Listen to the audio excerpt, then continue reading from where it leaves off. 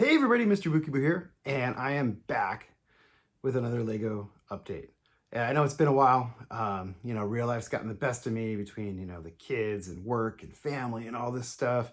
I've been doing a little bit here and there, and that's what I'm going to walk you through and show you some of the changes that I've been doing in the city, in the LEGO room in general, and just kind of give you guys a little tour of this space and where I work and how I create and how I do things, and give you some insights into not only just city building, but also, storing Lego, sorting, just kind of give you the whole perspective of what goes on in MrBookieboo's Lego room. Let's take a look. All right, so this over here is an area of the room that doesn't get a whole lot of attention when I do these videos, but it's probably the most important part of the room besides the actual builds themselves. So this is the part storage and stuff. And I know I've kind of covered this before, and there's a lot of different ways that you can sort and organize your Lego. But for me, what's worked best for me is I use these are Sterilite drawers, and there's actually sitting inside IKEA Besta frames, which work really well. And you can see I'll pan over here so you can get another look. I got quite a few of these, and I have the large drawers and the smaller ones. And basically, you'll notice right away, you'll see the colors start to pop. So I'm kind of an odd duck when it comes to sorting. I actually sort by color first, and then I sort by type if I have a lot of a certain color. So for example, my sand tan colors over here, I'll have that broken down further, not just by the color, but then it'll go by bricks, plates, hinges, slopes, different things, just depending on how many I have. If it's light bluish gray and dark bluish gray, which are actually over by my build table, which I'll show you in a little bit, those get even further broken down into all sorts of categories. But then there's some colors, like orange. I don't have a whole lot of orange, certainly not a whole lot of pink. And for those, it's just all the orange gets thrown in one bin. It makes it pretty easy for me to find stuff. It's different people, they'll sort different ways. And I've seen people sort by having, all their, by type, by 2x4s, 2x2 bricks, 1x4 plates, you name it. This kind of comes down to whatever works best for you. But this is an area, again, it's easily accessible. My build table is actually right behind me here. But this whole area here, and then you can see this is like some of the pile of shame on the floor. I've got pick-a-brick cups that are yet to be sorted, sets that yet to be built. This actually is a pretty handy little thing right here. This little cart, I picked this up from IKEA.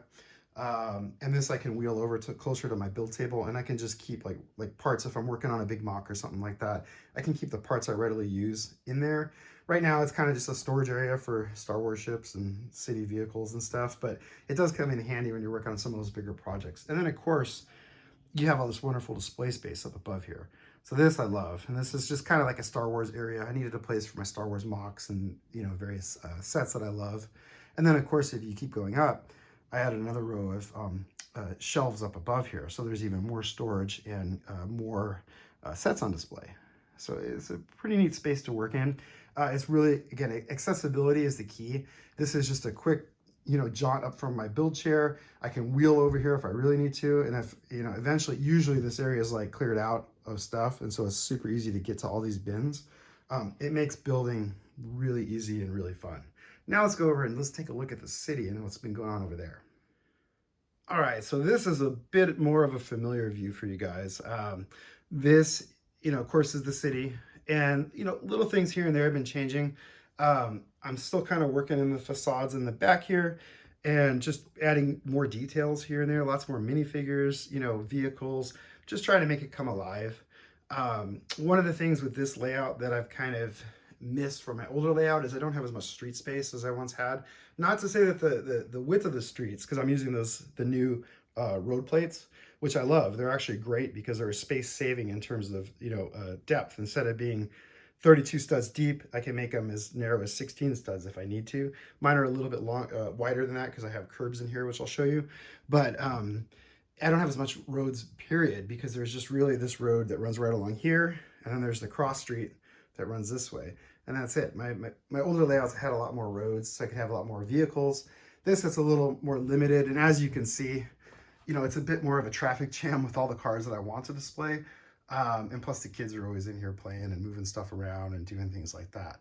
But you can just get a feel for the whole area here as I just kind of pan around.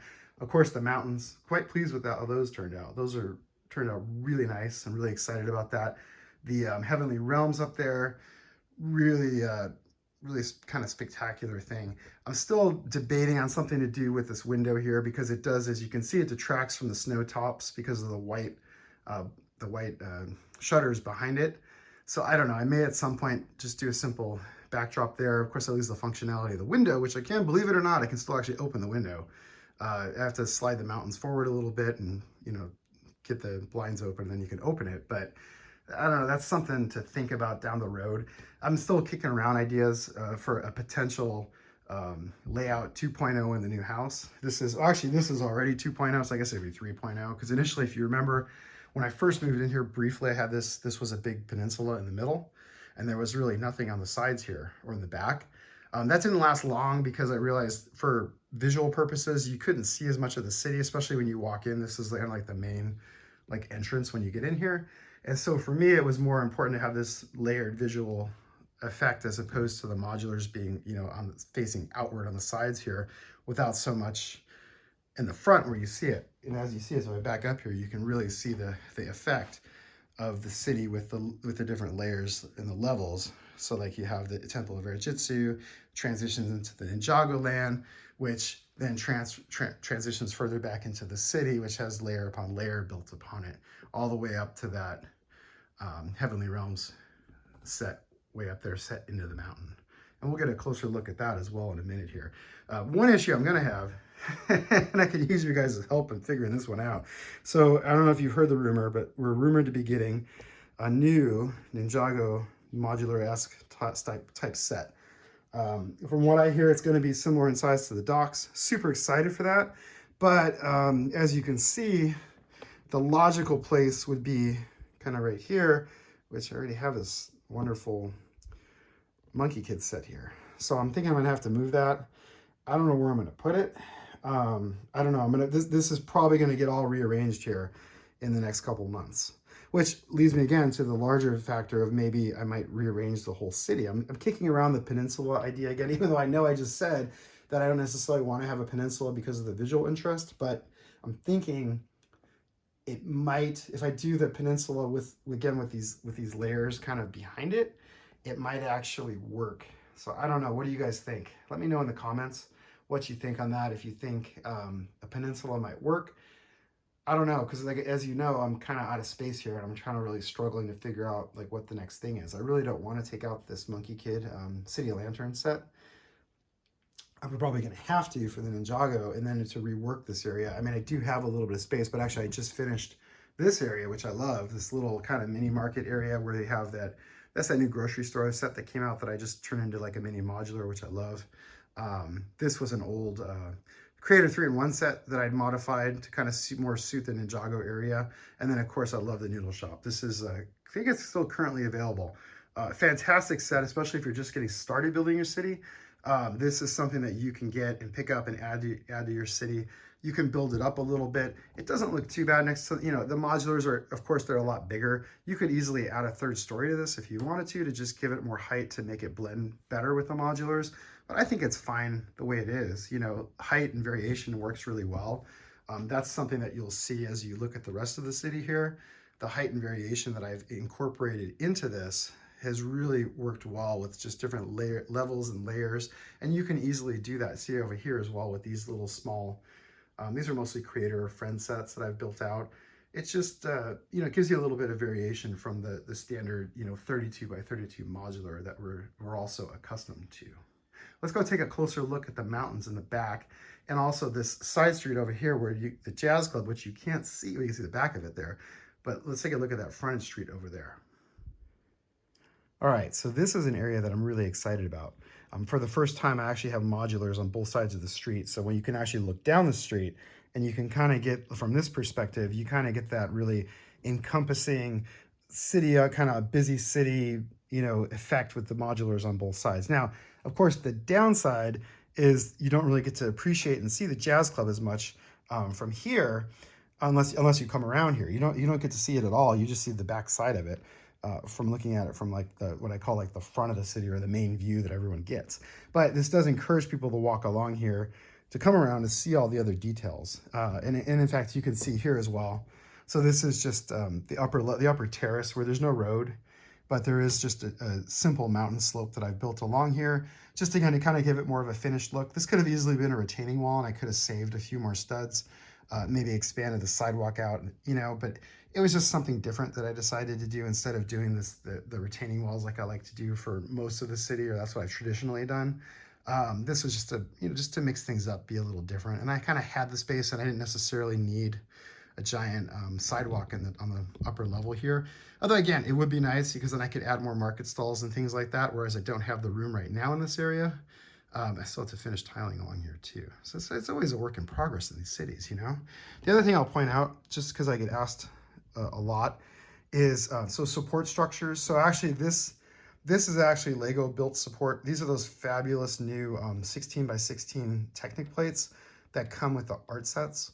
They're super thick, they're super durable, they're fantastic for building on and adding modulars to, like I've done here. And then it's just brick built supports underneath. The rest of the layout underneath here, this is all wood with adjustable metal furniture legs. You can get them on Amazon really inexpensively, and it's just, sheets of wood. And this works really well for support. They're adjustable, so it makes it super easy. So the bulk of this is still like wood based, but for this area, I didn't have any lumber at the time, and I had these pieces, and I wanted to kind of experiment with them, and these actually worked really well. So this was a fantastic way to build up platforms and stuff, especially if it's a smaller area. This is only, it's like 1.5 base plates by 2.5, or yeah, no, 2 base plates. So it actually works really well for that type of a thing. And these are becoming more readily available, so you can pick them up fairly inexpensively, especially if you get those art sets on clearance. A lot of times they're on sale, so keep your eyes open, like at Target, Walmart, places like that. You can find these, and it works out really well. I still need to light up the Jazz Club. I'm waiting on the light kit to get that lit up. I have to light up, actually the hotel is lit up. I just have to run the wiring for that to plug it in. The Sanctum needs lighting as well, but I have the light kit and I haven't done that. Again, it's been a little behind on that kind of stuff, but it's all small things that you can do. And then again, just taking a look at the mountains. So I actually decided I had this is my original mountain that I first made, and I just never had the heart to tear it apart. And as I was kind of laying this out, I was going to pull this one out and leave it, maybe dismantle it, but I didn't want to do that. And then I said, you know what? I bet you if I tilt the castle just a little bit this way, it would fit. And it does fit. It's a little tight, but again, from the distance, it looks pretty good, and it blends. This was the original kind of layout that I had. And then this, of course, is the newest mountain that incorporates the Heavenly Realms. And then, of course, that one behind there, that's a rebuild of, I had a mountain that I kind of prototyped, but I wasn't quite happy with it. And that's actually the first one that I decided to experiment with different textures and colors as well. Because as you do, most of these dark bluish gray, add some leaves and stuff, makes it a little bit of color, a little bit of snow at the top. But that one, you can see the light bluish gray, just to give it a little, like the faces are exposed, the rock is worn away, gives it a little different look. I'm pretty happy with how that's turned out, and I'll probably do more of that in the future. I actually didn't do much of that on this one, which I was so worried about fitting the Heavenly Realms into there that that was like my focus, and I completely forgot about the light bluish gray texturing to add to it. But then I added the clouds and stuff, and so you kind of don't really notice it as much, I feel. This one I'll probably rebuild eventually at some point, or at least add more of the light bluish gray texture. And of course we have the Wampa hiding up in his cave, which is good as well. Now let's take a look at my workspace and some of the stuff that's actually behind me that we rarely get to see, okay? All right, so this is my build table. Initially I wasn't gonna have a build table in here, but then after much thought and talking with a lot of my fellow AFOLs and just talking to people, I decided, you know what, I really needed a build table, because before that, I was building on the floor here. And honestly, that wasn't really, or I was building in the living room at the coffee table, and I was all hunched over, and it just wasn't good. And so now I've got this nice build table. It's small. This is an IKEA table.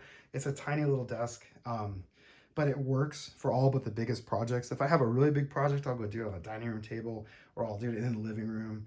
But for most of the stuff that I work on, this works really well. And then of course, this has become like a little hub of like tchotchkes and things that I like that really make me happy or make me think of Lego as I'm building. I've got some things that my kids have made. I've got, things from various AFOLs that I've met.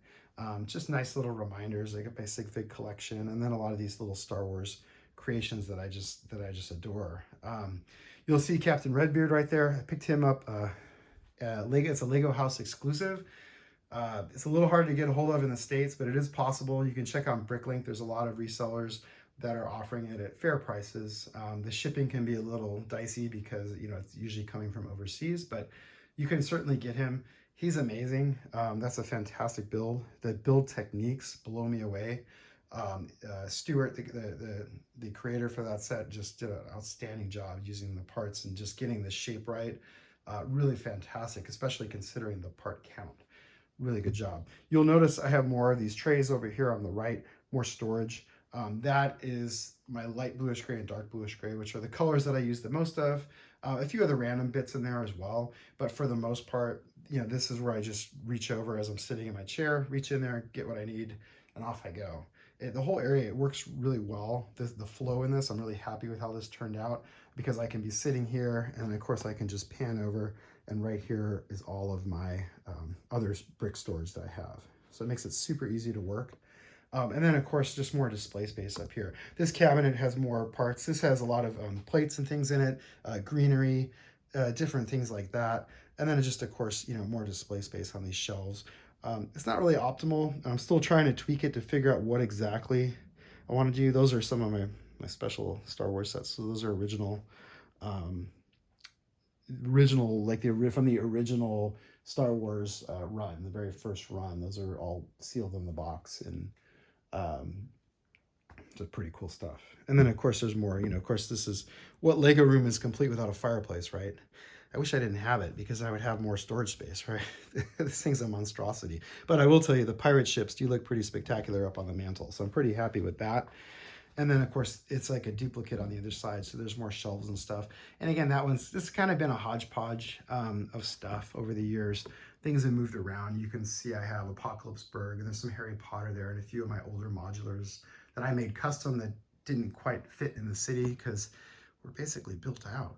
So I'm gonna have to figure out something here real soon because, you know, next year we're gonna have another modular, and right now I don't know where it's gonna go. So that's pretty much it. More storage down here. And then of course this is a cool bookshelf that I added right here. These are just blank pad. These are like presentation board like you would do for like if you're doing like a science fair project or something. Those trifold things, and I cut it. And then it's just little inserts on the sides to blank this out. Behind this is all storage. So you have a lot of storage in this room with the way the tables are laid out. I have lots of banker boxes with more Lego behind there, sets and things like that. But again, just some trains on display. And that is pretty much it.